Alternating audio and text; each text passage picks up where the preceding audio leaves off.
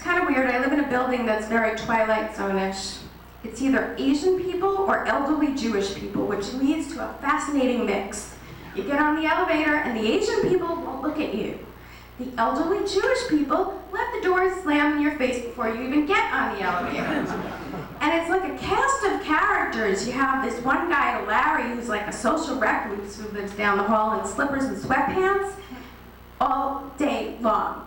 He sneaks up on me when I least expect him. In the laundry room, he's there. I'm in the garage, he's there. I have hair on my face. I went on a date the other night. He was in the seafood place eating dinner with his family. I said, if there is a restraining order I can get for annoying people, I'm in. And then there's this couple down the hall from me. They're an elderly couple. They only say hello to you when you're on the hallway. If you're anywhere else in the building, they won't say hello to you. It's very strange. And then there's a woman, Estelle, who asks the annoying neighbor questions. I'm not working right now, so she always says, I gotta ask you, aren't you bored? I'm like, no. And then she says, I'm just wondering, how are you doing this? How are you making ends meet? I'm like, this is none of her fucking business, but I answer her. I'm like, I'm on unemployment and I'm really going through my savings.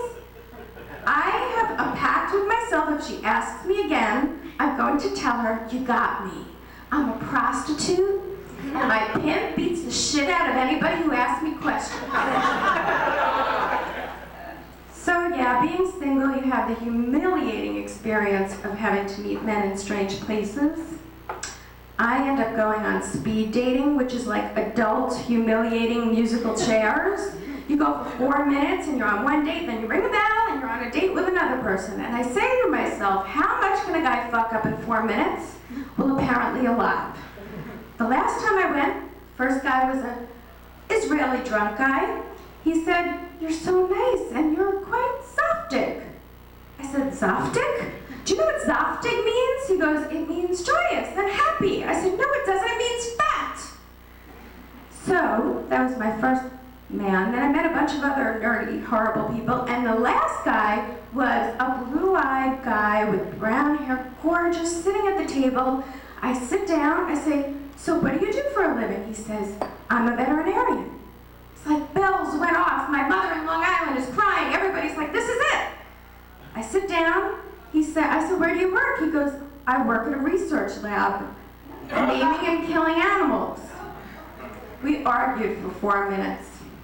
So people, being single, people always want to ask you the obnoxious question, why are you still single? I tell them, well, I haven't met the right man, or just trying to meet the right person. I always leave out my antidepressants, my neurotic tendencies, my obsessiveness. Don't even mention any of that.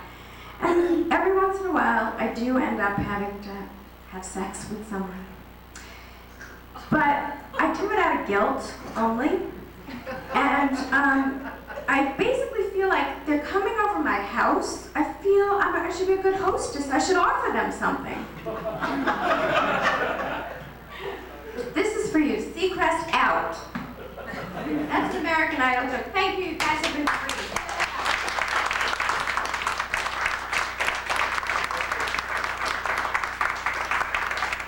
Lisa Alexander.